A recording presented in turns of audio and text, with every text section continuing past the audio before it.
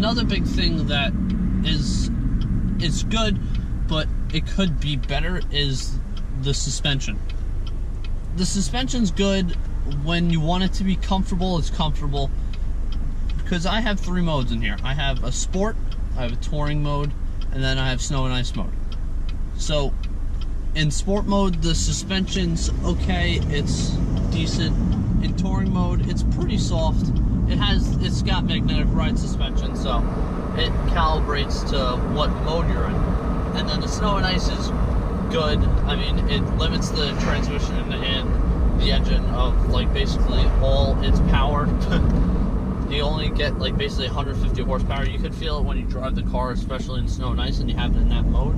It's really good. It works well for the way the car is, but I just wish that the suspension was better tuned for sport driving. And I know you're going to say that this is a luxury edition that needs to tunnel.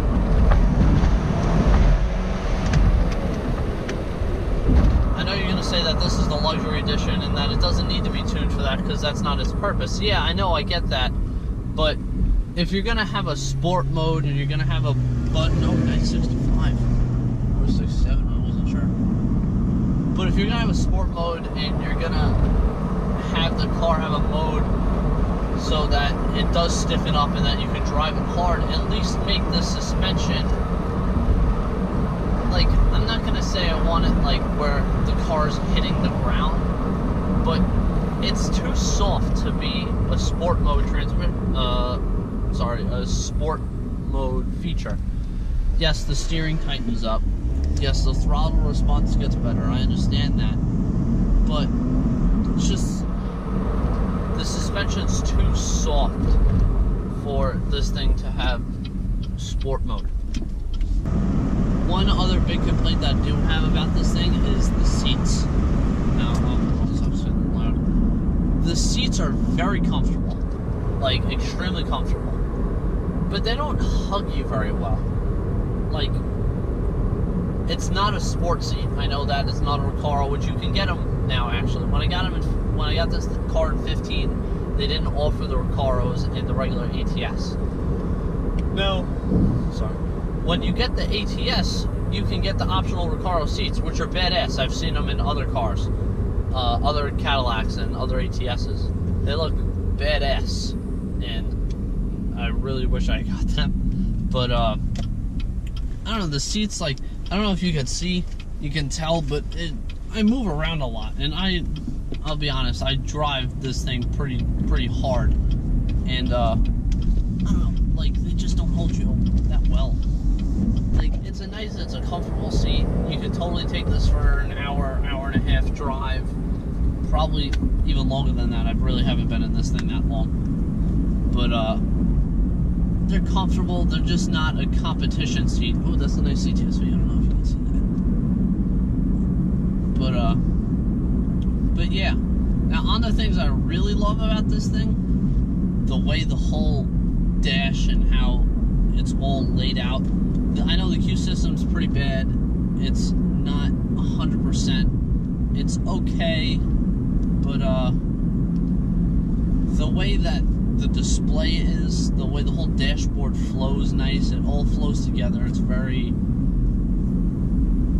well put together. The way the wood trim is, and then it goes up to leather, and then on, even though I know this is an expensive car, but just, this is 40 grand. So I know on a price tag of 40 grand, like that's a lot. I'm not gonna say that, and it is definitely a lot, but for what is in this interior, for the price, it's awesome. This is all nice leather. The whole display over here is nice stitched leather. On the door panels, it's leather. Then you got wood, and then it's not. This isn't leather. I think this is pleather, but that's fine. When I look for a luxury car, because I've been doing a little bit more shopping, and when I get in these BMWs now, you know, it's all plastic. Especially when you're looking at a 3 Series, because I was looking at a 340i, and it's all plastic. Like, it's nice, you got like some leather finishes and all that's very nice, it's very genuine material, but this is plastic, this is plastic, the whole basically dash is plastic, you know. It could be better, and I think that's really what screwed me up when I went shopping, that this car's interior is so good for the money that I don't think I'm going to be happy with anything else unless I get another Cadillac. Now, another thing that I do like about this car is the brakes. The brakes are awesome. They're 4-piston Brembos in the back, they're 4-piston Brembos in the front. I think there are 1 or 2 piston regular calipers from Cadillac in the back. But man, does this thing stop on a dime. I know it doesn't have a lot of power, so it really didn't need the performance Brembo brake upgrade, but it's always really nice to have, because if anything, like, I drive up and down busy roads all the time, because that's where I work. I work on a very, very busy road. If you ever need to stop, like, on a dime, these things, done. They're out of this world. They're really, really, really good. And from driving, because I've driven a lot of cars, from driving for, say, oh, that's nice. From driving, say, the Jaguar F-Pace, driving the Challenger SRT8, which the Challenger has Brembos in the front and in the back. You know, I mean, they're good, but just the way this brake feel is, it's nice. I really do like it. Alright, so that's gonna be all for today. I'll catch up with you guys next video. Make sure you hit that subscribe button.